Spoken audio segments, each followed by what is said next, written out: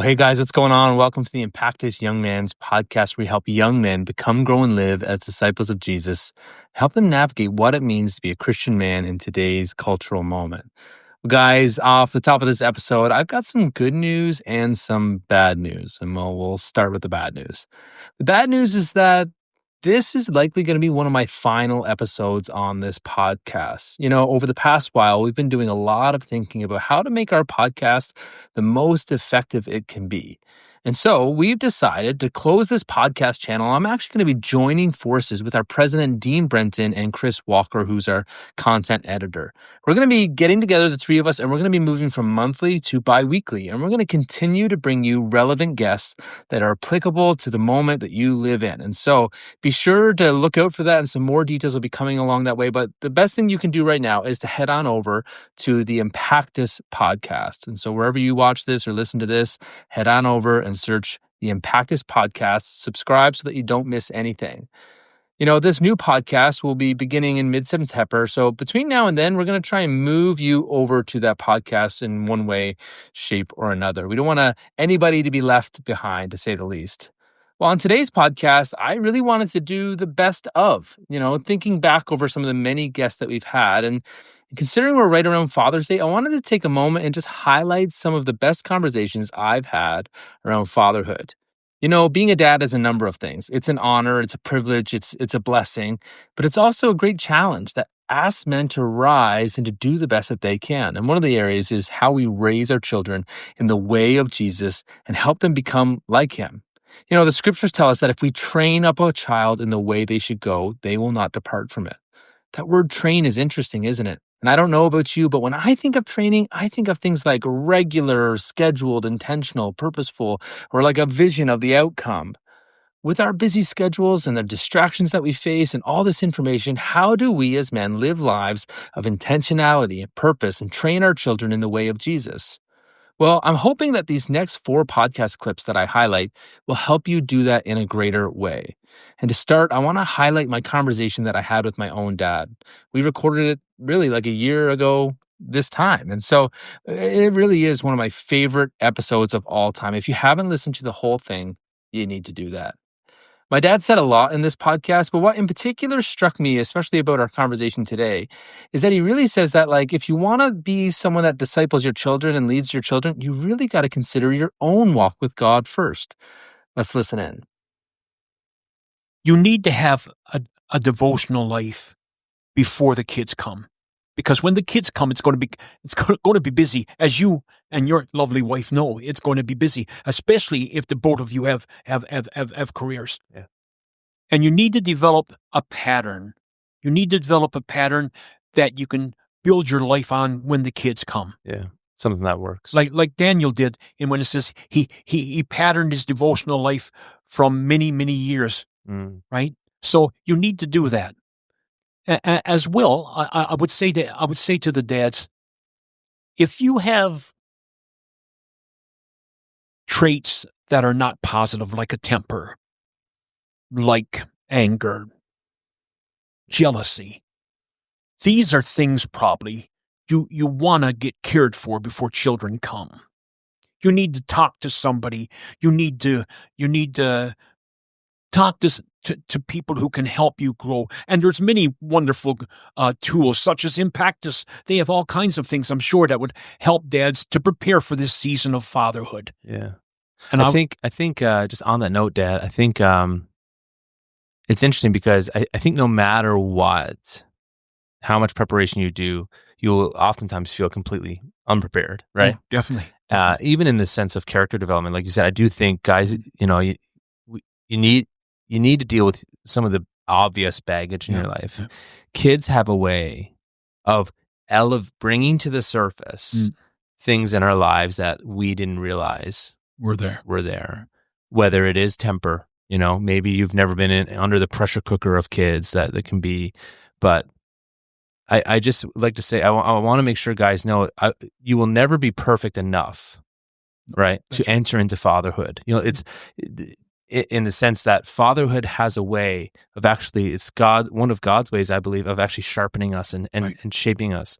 I think since I've had kids, I feel like the Lord has used I feel like the Lord has used kids to mature me and sharpen me, sanctify me, that I might not have gotten to as quickly if I didn't have them. That's right. Man, I love my dad, and he makes a great point here, right? That discipling your children first starts with you. What's your rhythms and your schedule of discipleship? Man, as my kids grow older, I'm so reminded that they often do what we do and not just what we say. They pick up your habits, your mannerisms, your phrases, your tones. They walk and stand the way you walk and stand. And so the question really is if your child mimics their relationship with Jesus after what they see you doing, what will it look like? And how do you feel about that? If you don't have kids yet, the encouragement really is to start now. It's easy to think that you'll do it once they come, but as my dad said, it doesn't get any easier. So make sure you're jumping in now. And really, it's a balancing act, right? Like I mentioned, between preparing what you can and trusting God with the rest. My dad mentioned it's a good idea to try to deal with your stuff beforehand. But for many of us, let's be honest, we didn't have that luxury.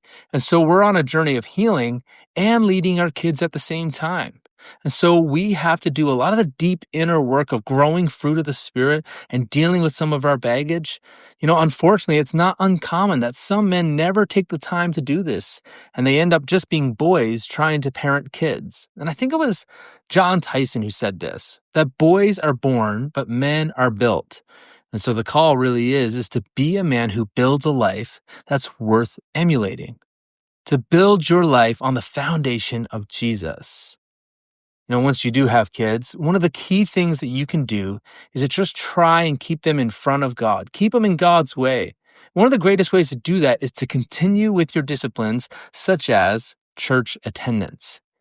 And in this next podcast clip, Andrew and I gave 10 tips for new dads. And in this particular one, we talk about the importance of leaning in and committing to your church community, even when it comes at a cost. Let's tune in. This is one that I want to touch on, and it's to start spiritual rhythms early. And maybe this is coming from my experience as a pastor, but also my experience as a father, that in those early days, of course, if you have a baby on Saturday, it's not like you're going to wake up for church on Sunday. Right. Maybe you're that type of person. That's not who we are. We took a week or two just to kind of gather our wits about ourselves. But just to start including spiritual rhythms and habits into the household, into the family, and not feeling like, well, this season right now, I'm going to just tap out of that area of my life and I'll revisit when life gets less chaotic. Yeah, because you'll never revisit it because life will never get less chaotic. Totally. And I see this. Of course, this is all within reason. We're not saying like to continue to volunteer at prayer meeting and youth group and Sunday morning. Like there does have to be an adjustment of lifestyle. Yeah, you need to cut some things out for sure. 100%. But what I have seen sometimes, and even the temptation in myself, is just to say, well, I'm going to just like step back from some of these things and join in when it's more convenient. And my experience is that it doesn't ever feel as convenient. It never feels like it's the right time. And I've seen that with peers and friends and in leadership where when family time comes, it's like, I'm going to just say bye-bye to Sunday mornings. I'm going to do our own thing at home. And I feel like it's always harder to kind of jump back in. And I think you're doing yourself a disservice and your kids a disservice, because what happens is when you make the sacrifice and you just do it and you show up, you drag your kids and you're 10 minutes late for church, or you're 15 minutes late for church, it becomes much more easier to do it each and every time. And so yes, nap time is typically around 11 a.m. and that's church time. And well, Sunday's the week where your kid just has a late nap. Right. And I've seen in my own heart how doing it and sticking to those rhythms early has just served us so well. It serves you well too. It's because it serves you well in your community too. Like people having kids is not just about you and your family. It's not just for you and your family. Like your kids are part of the family of God, and they're part of your church community that you worship with, and so people like see your kids as like offspring in the family, and they want to be present. They want to spend time with them. They want to support. They want to help. But if you just kind of check out and you distance yourself, they don't really know what to do with you. They don't really know what to do with your kids. And man, the hardest thing, especially coming through COVID, is that a lot of people don't really know my kids as well as they would if we were getting together on a weekly basis.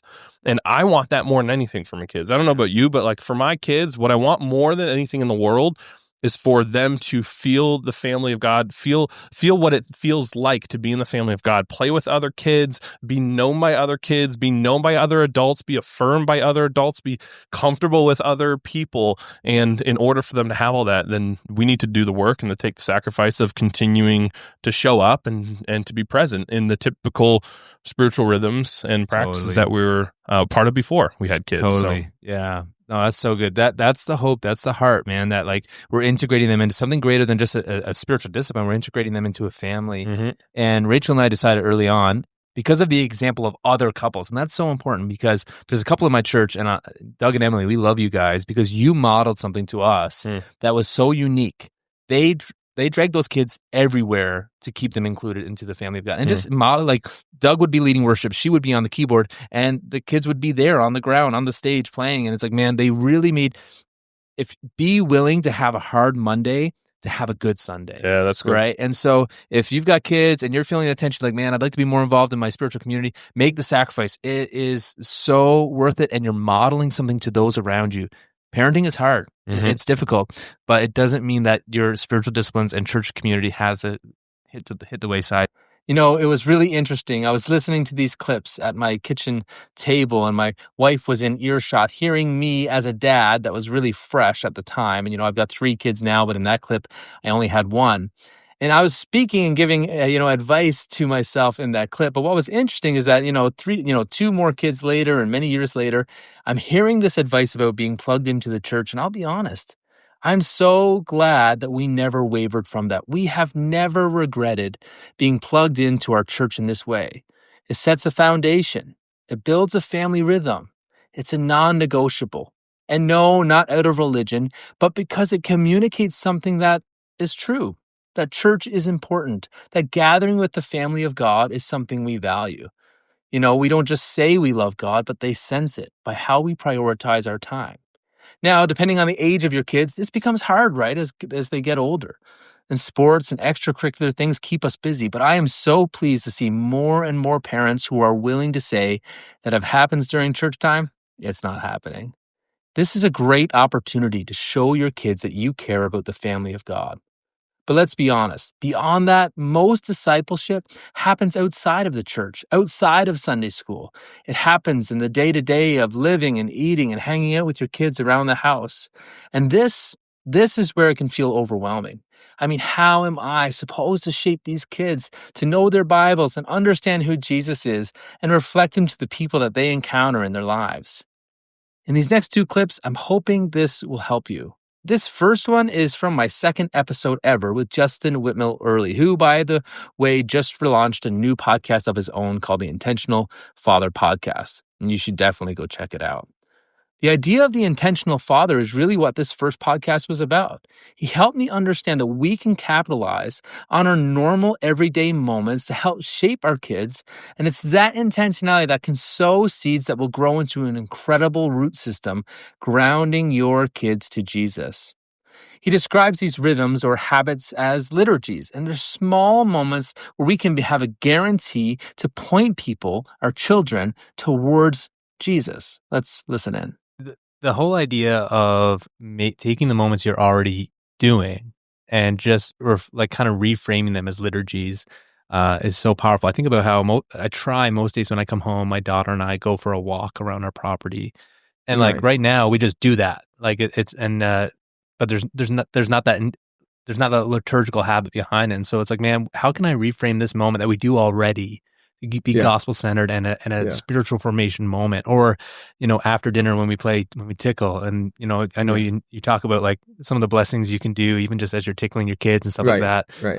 Would you mind just talking about that one in particular, about just them experiencing the joy of God? And Yeah, I mean, like everything that you just said, for example, is a great point I want to emphasize, in that what I am not talking about is adding like 1 million moments of like family devotion and prayer necessarily into your life. I'm all about family devotion and prayer, by the way. But what I'm not talking about is adding all these things that you're not doing already and you feel burdened by all these new things that you need to do. What I'm talking about is opening your eyes to things you are doing and maybe being thankful for some of them and being like, hey, on that idea that you take a walk with your daughter every day when you come in from work, that's an amazing relational thing. You actually are, there's a liturgy there of probably of relationship. And you could like, be thankful for that and say, oh, I should keep doing that. And maybe lean into like, what are some typical questions we can ask on this walk as she grows older?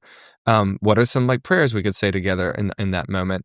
And then you can look at other moments of the day where, you bedtime was my example, where Right. things don't go well, and ask Yeah. what are some little habits that you could put in almost as escape routes and for me, I'll just be honest, Jordan, like for me, Yeah. they're escape routes often for my anger and frustration. So Right. like, let's say bedtime, and I'm trying to do a bedtime blessing or just get them to bed and they're not listening. And I got like two options. Like I can do the anger thing and yell them to bed, or I can tickle the heck out of them and just have them like totally surrender in laughter and like remind, and so lots of times if bedtime's not going well, or if they're not saying the right words to the other bedtime liturgy or just something else, like I'll just be like, let me give them we'll call it the tickle blessing. And I'll like literally threaten it in a funny way. I'm like, I'm going to give you tickle blessing. Like, you're going to get it if you keep this up. And then I'll start tickling them and say something like, may you laugh, rejoice all your days, and may the Lord be with you. Amen.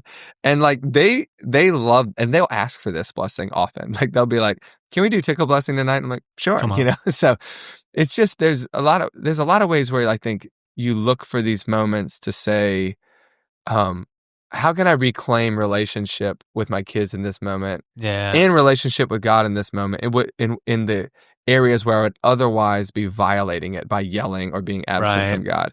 And these are like, they sound silly. They are. It's tickling. And yet it's so meaningful that I can develop a norm of being like, I'm not going to yell at you. I'm going to laugh with you. Totally. And have the same outcome, like the same desired outcome of like, now it's bed, now you're in bed. Yeah, man. I just like that changed the game for me, because I think oftentimes when I read books, I always feel this inclination, I need to do more, need to implement this program. But in reading your books, there just seemed to be this capitalization on the things that are kind of already happening. How can you reframe? Because I think so many fathers, in particular, all of our listeners for the most part are men, already feel like they're just surviving. Oh, yeah. It's just like, I'm going to get home, we're going to do dinner, we're going to get them to bed, and then we're just going to clean up and rinse and repeat. And so the idea when you hear guys say like, oh, make sure you're doing family devotions, or what curriculum we're using or whatever, it can feel so burdensome on men. What would you I just think that's such a good point to say, already look around. What rhythms are you already doing that you kind of put Jesus at the center of?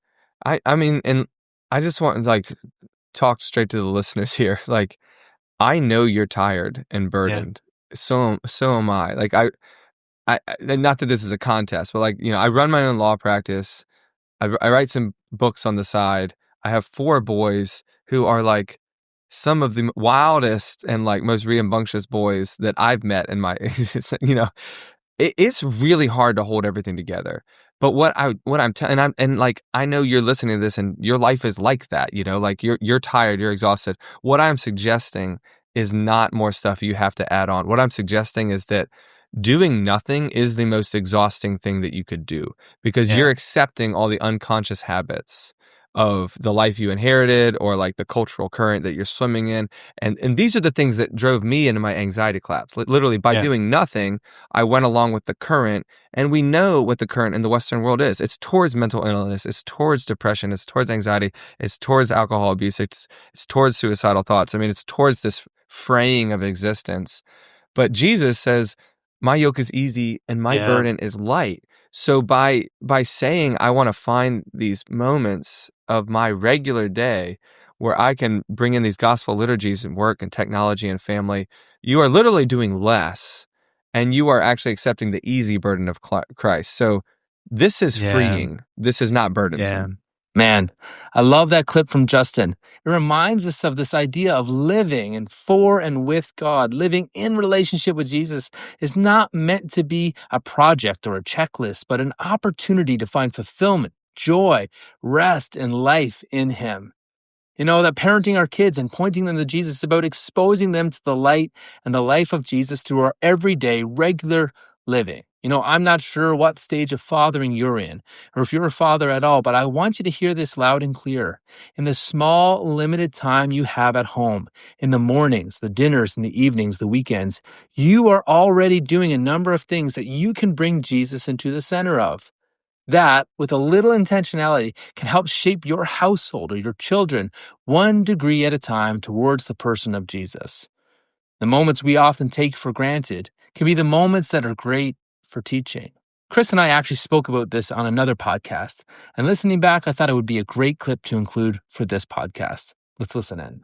But Right. the other thing I was thinking about too is capitalizing on like they're more spontaneous moments, like teachable moments where if you're not paying attention, the moment can just pass. So you mentioned earlier about movies and streaming and things like this. Just recently, my daughter and we watched a Paw Patrol movie, right? And actually, they did a pretty good job with it. Good. But in the movie, I'm thinking, oh, this villain or whatever is operating from a place of brokenness. You know what I mean? Obviously, I'm not going to explain to my 1-year-old or whatever that time. But there's moments that if you're paying attention, you can lean in and disciple your kids.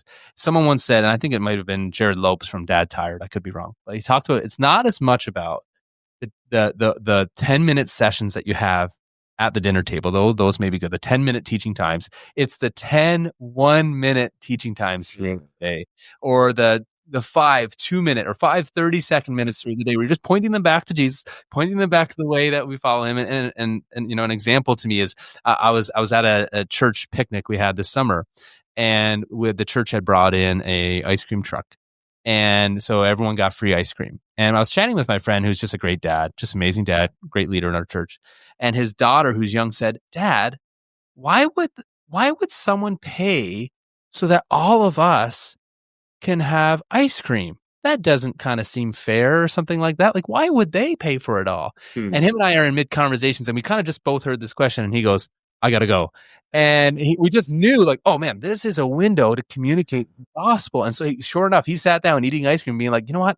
Just like someone paid for our ice cream, Jesus also actually paid the debt for us. And it was just a cool opportunity. Yeah. I don't know if with your older teens, do you find like that having the lens on of like teachable moments, is that an opportunity you find? Or? Always, yeah. And again, the intentionality required though, right? Because it's so easy just to say, "Oh, I'll let that one slide," right? Or something happened at school and you're just like, "Oh, we don't need to dig into that today." But the intentionality required, because again, the things as dads that we let slide can easily become just the new standard, right? If we're just letting it go. And so, there was part of me as a dad that's like, I don't want to be that dad that after every movie is saying like, "Okay, you know what? You know why I didn't like that point? Here's why." Yeah. And yet I also realized if I let that slide, then that is really me endorsing it in a way, right? If I'm just not going to comment on it at all. But so, in our house, we do our morning devotionals. I do that with the kids every day. And there's some Bible time before we go to school.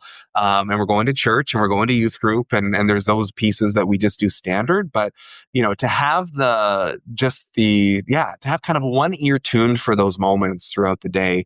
And I've learned this as they've gotten older too, not just to say, hey, the Bible says this, and that's why we don't want to do that.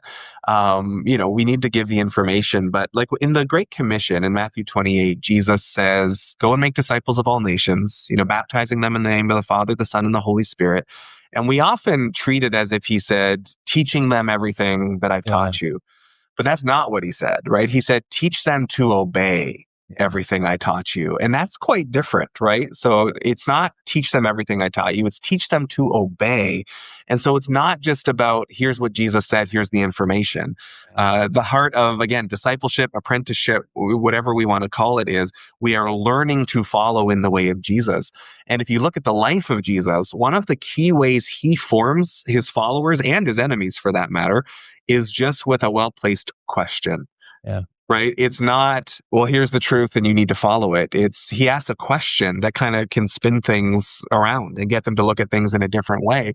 And so when my kids would come home and they'd have an experience with a kid who was a little mean to them, I might ask something like, "Oh, I wonder what might be going on with that kid to make them act so mean," just as a starter. And so we're moving towards compassion in that moment, right? Even if we don't like what they said. And then, okay, now, I wonder if you were in that situation again tomorrow, knowing what you know today, what might you do differently tomorrow that might show some love to that kid? So, questions like that, where I don't just want to tell my kids what the Bible says. That's what devotional time is for, right? We are doing that. But in those moments, it's more, I want to teach my kids how to follow Jesus, right? I want to teach them how to make a good choice, teach them how to reason through. We talk a lot about wisdom in our house, right? Like, what does wisdom say in this moment? Like, if you think about what's the wisest thing to do?